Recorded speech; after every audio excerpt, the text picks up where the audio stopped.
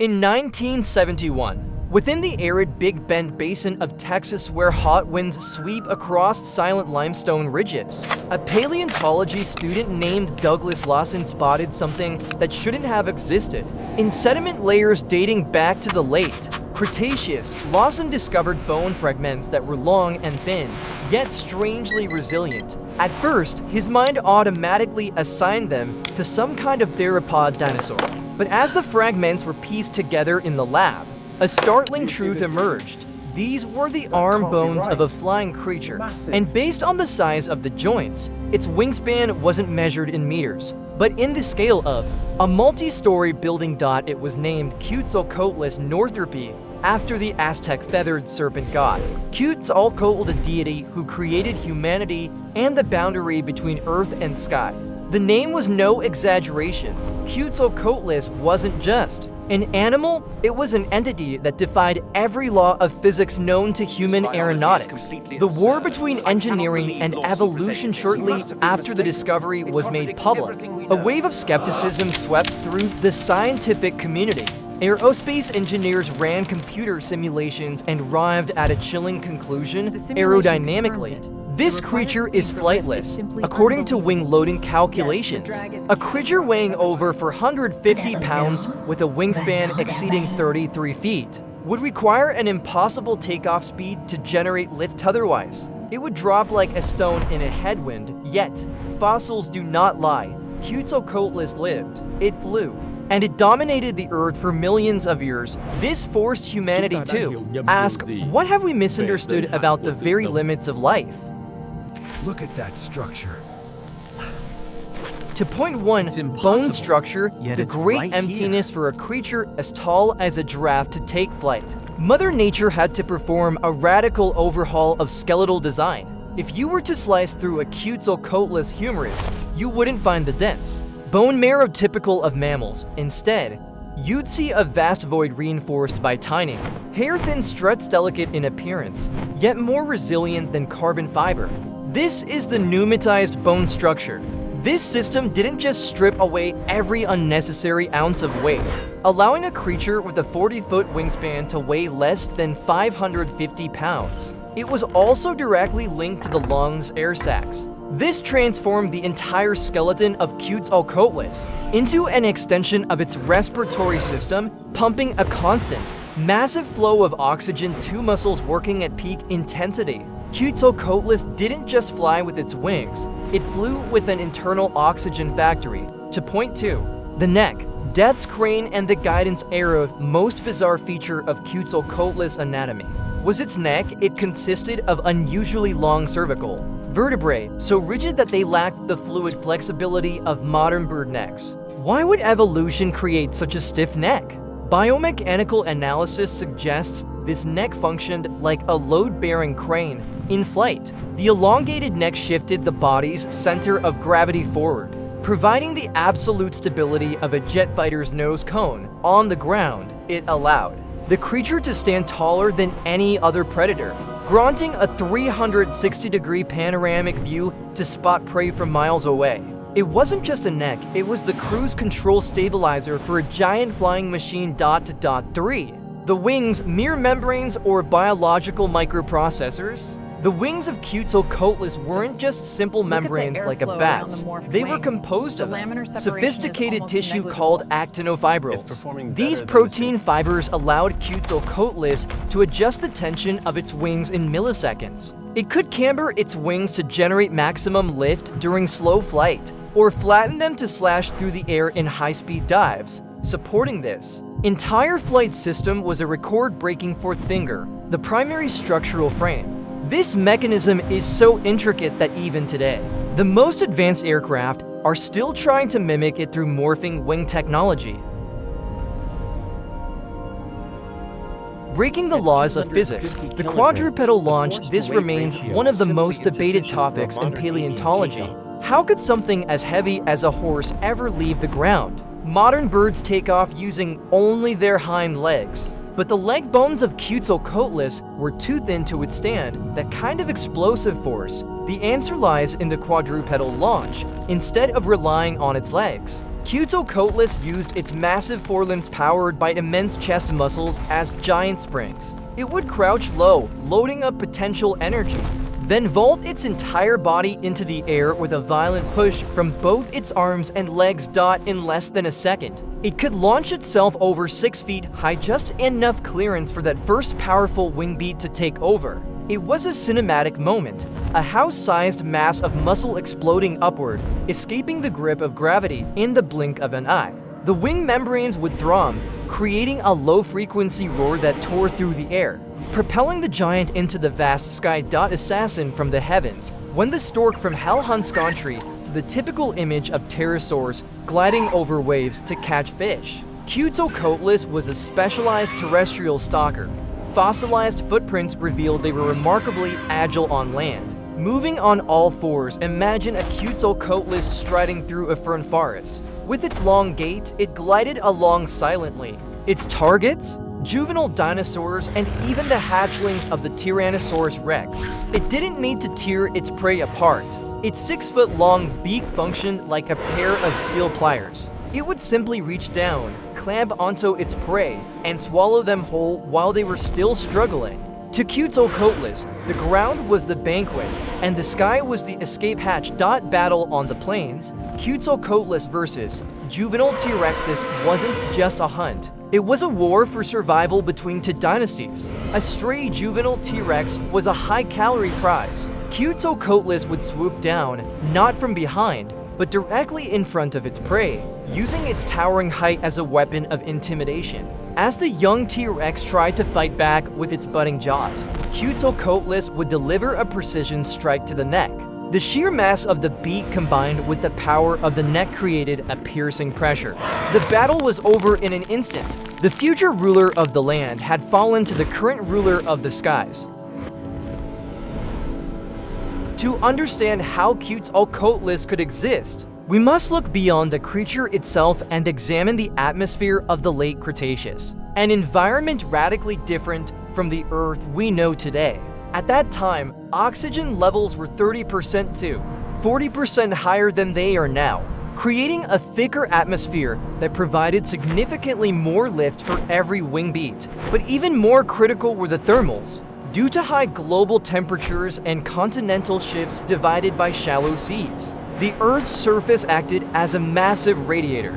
Columns of hot air rose from the ground constantly and with immense force. Quetzalcoatlus was a master of harvesting natural energy.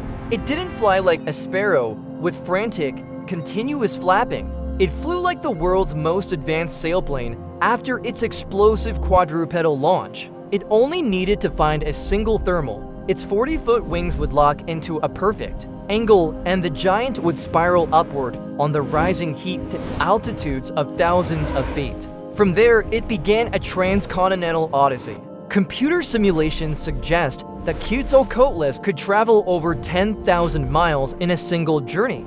Barely flapping its wings once, it wasn't just flying, it was riding the very pulse of the planet. At altitudes where other dinosaurs were mere specks, Quetzalcoatlus possessed an absolute survival advantage: vision. The orbital cavities in its skull were enormous, suggesting a retina with a neural density far surpassing any modern bird of prey. It could likely see temperature fluctuations on the ground and detect ultraviolet trails from prey urinability, similar to modern kestrels but on a gargantuan scale as it soared. Those eyes scanned the sun-scorched plains. Upon spotting a migrating herd of hadrosaurs or the carcass of a titanosaur, Quetzalcoatlus would adjust the actinofibrils in its wing membranes, flatten its body, and execute a zero-gravity dive, the whistle of the wind through its wings at 60 miles per hour was the final sound its prey would ever hear. To reach the monumental scale of Quetzalcoatlus, the pterosaur lineage underwent an evolutionary journey spanning over 150 million years. Their ancient ancestors in the Triassic period were mere tiny creatures less than a foot long, specialized in snatching insects among the treetops. However, as dinosaurs on the ground grew larger, survival pressure pushed pterosaurs into a size-based arms race. Quetzalcoatlus was the pinnacle, the endgame of that race. It completely abandoned the traditional fish-eating lifestyle of its ancestors to occupy an entirely new niche, an apex aerial predator that dominated the land itself. One of the most provocative recent discoveries concerns the flight capabilities of their young. Unlike modern birds, which require months of parental care and feeding in the nest, fossil evidence suggests that Quetzalcoatlus hatchlings had fully developed wing bone proportions. From the moment they emerged, they were what scientists call super precocial, fresh out of the egg. These tiny Quetzalcoatlus could hunt for themselves and perhaps even perform short flights. This was a brutal reproductive strategy, no parental protection. They had to survive on their own in a world teeming with enemies only the most perfect. Most agile individuals survived to grow into the gods of the sky. 66 million years ago, an asteroid the size of Mount Everest slammed into the Yucatan Peninsula, triggering a nuclear winter that lasted for decades for Quetzalcoatlus. This wasn't just an environmental disaster, it was the total destruction of its way of life. As ash and soot choked out the sun, the Earth's surface cooled rapidly. The thermals, the free fuel that powered Quetzalcoatlus, vanished. Suddenly, the 550-pound giant found itself grounded. To fly by continuous flapping without the aid of rising heat would require an energy expenditure equivalent to a marathon. Runners sprinting at full speed for 10 hours straight. Their bodies simply weren't built for that. Beyond losing their ability to travel, their food source, juvenile dinosaurs, died off en masse as vegetation collapsed. A creature as massive as Quetzalcoatlus required dozens of pounds of meat every day just to survive. Imagine those final days, the proud gods of the sky now forced to trek wearily across a desolate, dust-choked wasteland, wings that once eclipsed. The sun now dragged behind them, a useless burden. They didn't die from the impact. They died from the silence of the atmosphere. With no wind, no heat, and no food, the greatest creature to ever take flight became a hollow ghost in the long night of the Cretaceous. Today, when we look at those hollow bones in Texas, we aren't just looking at an extinct animal. We are looking at a dream of nature, a dream of conquering the sky without engines or fossil fuels. Quetzalcoatlus vanished, giving way to small birds, creatures that could endure the hunger by scavenging for seeds and insects. But in the history of the Earth, there will never be another to replicate that majesty. It stands as a grim testament to a harsh truth. Greatness often comes with fragility. When the world changes, the rules of the game, the most perfect rulers are often the first to say goodbye. Throughout the 20th century, Quetzalcoatlus existed only as speculative sketches. However, entering the 21st century, the advent of high-resolution CT scanning has allowed scientists to see through the solid rock encasing bone fragments found in Texas. The result was a 3D map, detailed to the micrometer, of the internal scaffolding within the wing bones. Scientists from Stanford University and NASA collaborated to create a complete digital entity of Quetzalcoatlus. They didn't just reconstruct its shape, they simulated muscle density, center of gravity, and the aerodynamic pressure on the wing membranes. For the first time, we witnessed this god move in a virtual environment. Aerodynamic algorithms regionally used to design stealth aircraft were applied to Quetzalcoatlus. The simulations revealed a stunning truth. Quetzalcoatlus possessed a flight control system more sensitive than any human-made drone. Every actinofibril on its wings functioned as a pressure sensor,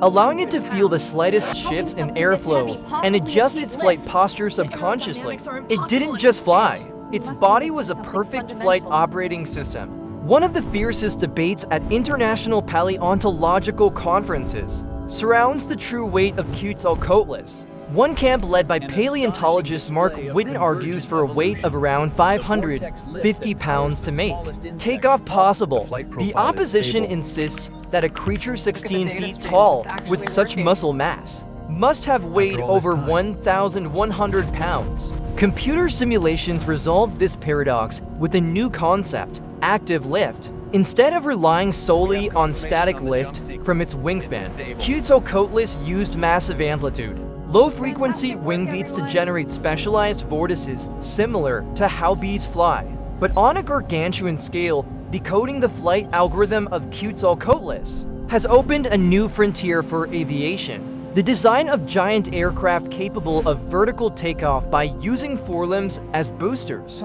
mimicking the quadrupedal pole vault of the feathered serpent god, Quetzalcoatlus, though extinct for tens of millions of years, has now become a mentor to modern aerospace engineers. A shocking recent hypothesis suggests that Quetzalcoatlus might not have vanished. Immediately after the asteroid impact, small pockets of individuals may have migrated north toward lands we now know as Alaska or the Russian Far East. In the late Cretaceous, the polar regions weren't frozen wastes, but temperate forests bathed in continuous summer sunlight. Their transcontinental flight capabilities would have allowed Quetzalcoatlus to undertake epic migrations to escape the disaster zone. At the equator, they might have held on for several 100,000 years more, scavenging the remains of cold-hardy dinosaurs. Giant footprints found on polar coastal cliffs are beginning to unveil a different story. Of the twilight of the gods, it wasn't an abrupt end, but a proud retreat of the greatest aviators in history, fighting until their final breath before the planet completely transformed. The ultimate question remains, why in 66 million years has nature never repeated the miracle of Quetzalcoatlus? The subsequent evolution of birds and mammals took a different path. Birds sacrificed size for agility and rapid reproduction. Flying mammals, like bats, are limited by the metabolic demands of being warm-blooded, which cannot sustain a 550-pound frame in the air without overheating. Quetzalcoatlus was a glorious system error in history. It emerged only when every factor oxygen levels, global temperatures, prey abundance, and unique anatomy converged at a single point in time. It stands as proof that nature doesn't just operate by simple survival rules, sometimes it creates masterpieces that defy logic. When you stand in the Texas desert today, close your eyes and listen to the wind whistling through the canyons. It might just be the wind, or it might be the echo of a Quetzalcoatlus wingbeat tearing through the sky millions of years ago. We study them not just to understand the past, but to remind ourselves of the fragility of greatness. A creature can turn an entire planet into its playground, treat the sky as its home and the earth as its banquet, yet still fall before a shift in the atmosphere. Quetzalcoatlus is gone, but its colossal shadow will forever fall across the history of life. Symbol of the eternal thirst for conquest serpent god, who needed no feathers to touch the highest reaches of heaven.